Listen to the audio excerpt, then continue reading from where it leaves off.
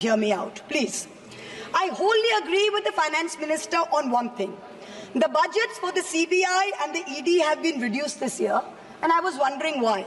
Is it because the voters didn't like the fact that you were using the CBI and the ED to go after the opposition and file fake affidavits? Or is it because you have outsourced the CBI and the ED completely to a businessman in Ahmedabad who's controlling the whole thing? Why have you reduced it? Number one, the former Maharashtra Home Minister highlighted how BJP leaders and agencies have threatened him to filing a fake affidavit. In the case of Sandesh Khale in West Bengal, the women have confirmed on video that BJP leaders forced them to file fake statements.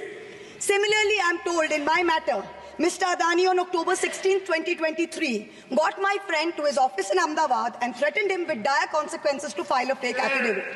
Actually, it was Mr. Adani's in-law, Mr. Cyril Shroff, who filed the fake affidavit and forced him to sign it.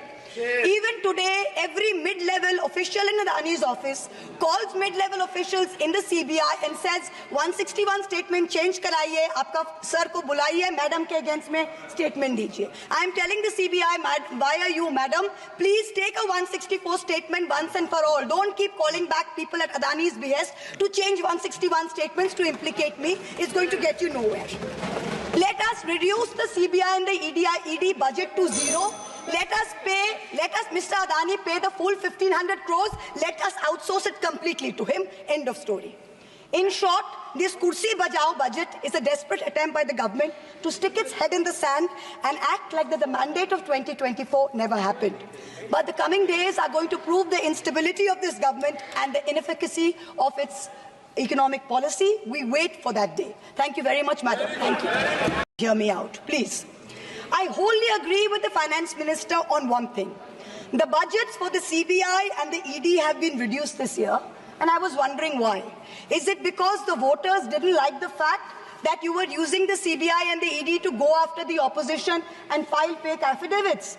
Or is it because you have outsourced the CBI and the ED completely to a businessman in Ahmedabad who's controlling the whole thing? Why have you reduced it? Number one, the former Maharashtra Home Minister highlighted how BJP leaders and agencies have threatened him to filing a fake affidavit. In the case of Sandesh Khale in West Bengal, the women have confirmed on video that BJP leaders forced them to file fake statements.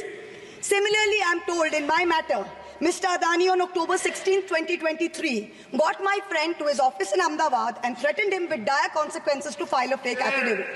Actually, it was Mr. Adani's in-law, Mr. Cyril Shroff, who filed the fake affidavit and forced him to sign it.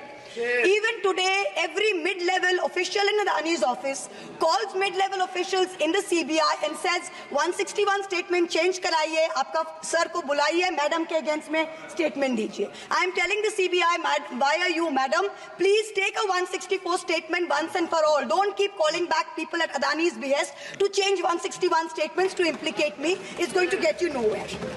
Let us reduce the CBI and the ED budget to zero.